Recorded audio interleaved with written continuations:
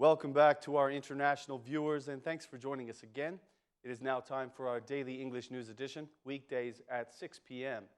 The Democratic Party will be asking for an accelerated procedure for adopting the National Bureau of Investigation during tomorrow's plenary session. In today's meeting of the Democratic Parliamentary Group, Chairman Basha said that all the parties have agreed to establish the Bureau under the supervision of the Prosecutor General. He said, "The Bureau of Investigation should be included in the agenda of Thursday's plenary session. We have all agreed to establish the Bureau, so what are we waiting for? I urge the head of the Democratic Parliamentary Group to ask the Assembly to pass the law with an accelerated procedure." Mr. Basha repeated his appeal to Prime Minister Edi Rama to sit down and discuss the justice reform. He went on, "Is the justice reform a priority for Edi Rama? I am asking Rama to leave the propaganda behind and to respond to my public invitation to sit and discuss the reform. Rama needs to respond whether he is interested in my invitation or not. Let's proceed just like we did with the decriminalization law," said Mr. Basha. He emphasized that the justice reform is the top priority of the opposition, and he accused the Prime Minister of being afraid to see it completed because of the corruption of his government. Basha continued, "Rama's game with the experts was a miserable attempt to escape from the justice reform. But the game has ended. Rama wants to have control over the justice system. Crime and corruption cannot be fought with a justice system that is under political control," said the Democratic chairman. Mr. Basha also spoke briefly about the healthcare system, which he considers to be corrupted as well. He asked the prosecution to investigate the concessions given by the Minister of Health, Ilir Becai.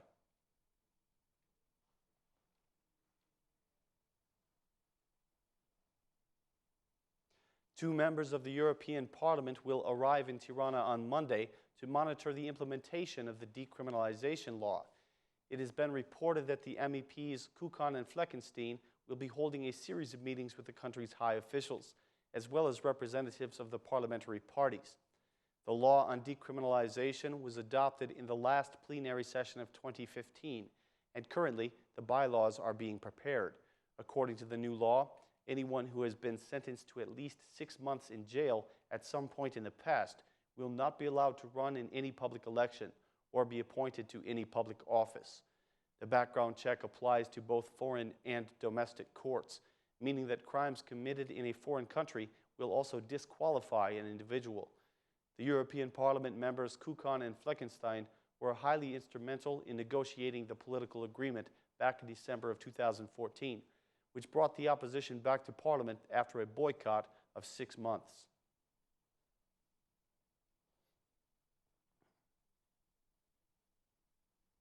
The Prosecutor General spoke today at the annual report of the Durrës, Kavaya, and Elbasan prosecution departments. He encouraged them to focus their investigations on the detection of crime. Chief Lala declared that crime is challenging the state, that it must not be allowed to prevail over the law. He spoke about the murder of 3 young men in the center of Durrës. Based on the investigation so far, he said, we suspect that the murders in the center of the city were because of drug traffic and possibly over property disputes. There are some criminal groups that we suspect are operating in Durrës. They are trying to challenge the state and to go on conducting their criminal activities. But the criminal gangs must not be allowed to prevail over the law. He continued, there have been very few denouncements of financial crime from the customs and tax directories. The prosecution has the capacity to investigate every suspected case of smuggling or corruption. If we increase our number of investigations, I am convinced that the other institutions will also improve their efforts to discover financial crime. The prosecution departments of Durrës, Kavaya, and Elbasan have an obligation to strengthen their role in financial investigations, especially in money laundering, said Mr. Lala. He also raised the concern that there are many cases involving property disputes that have not been investigated.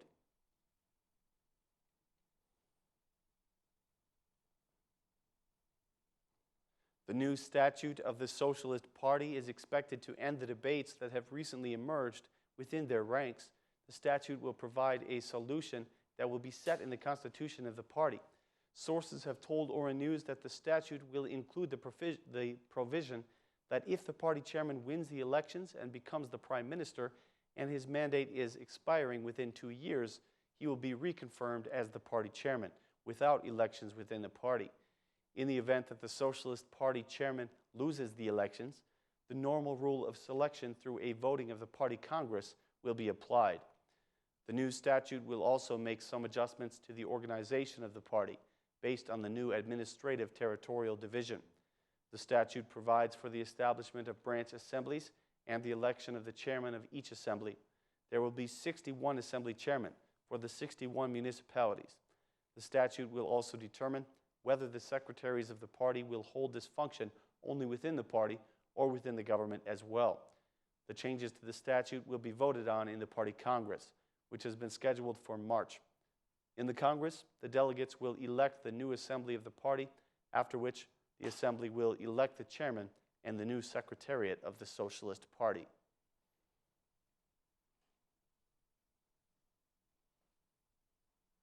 The National Chamber of Lawyers announced today that they will be boycotting all judicial processes on February 8th in protest against the law on insurance contributions. The Chamber has given warning that a single day of boycotting the courts will only be the beginning, and that they will arrange for further actions if the state does not reflect on its recent amendments. They feel that the amendments to the law on mandatory insurance contributions for the free professions are a violation of their fundamental rights. Furthermore, the National Chamber of Lawyers says that the amendments revoke their constitutional freedoms and the legal rights of free professions. Meanwhile, an official reaction has been given by the Minister of Justice, Uli Magnani. He has called the chamber to withdraw from the boycott, telling the lawyers not to abandon their duties. Minister Magnani also made a statement to the judges, telling them to avoid any delay in their court cases.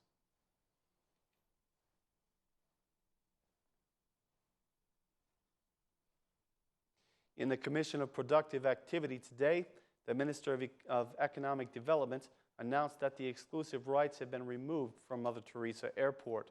New offers are expected soon for the construction of other airports that will offer international flights.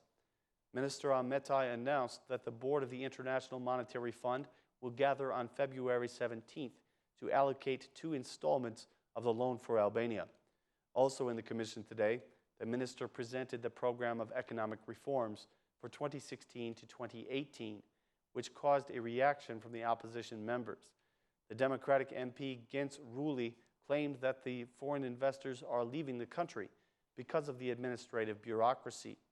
The Democratic members appreciated the report, but did not feel that it will bring anything positive.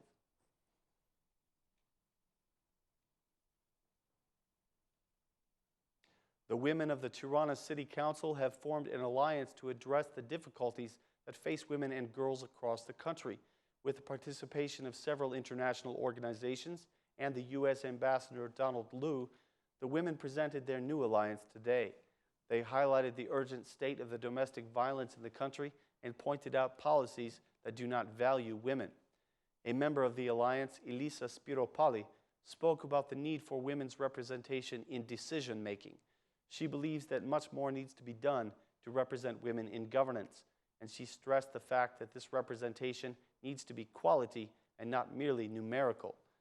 Also present at the conference, the Vice Ambassador of the OSCE, Robert Wilton, encouraged the political class to elect the right people in the 2017 elections. Mr. Wilton expressed that the Albanian parliament needs to better reflect the society. The newly appointed alliance chairwoman, Masila Doda, also spoke at the presentation, saying that initiatives like these support the eventual dream of establishing a party for women.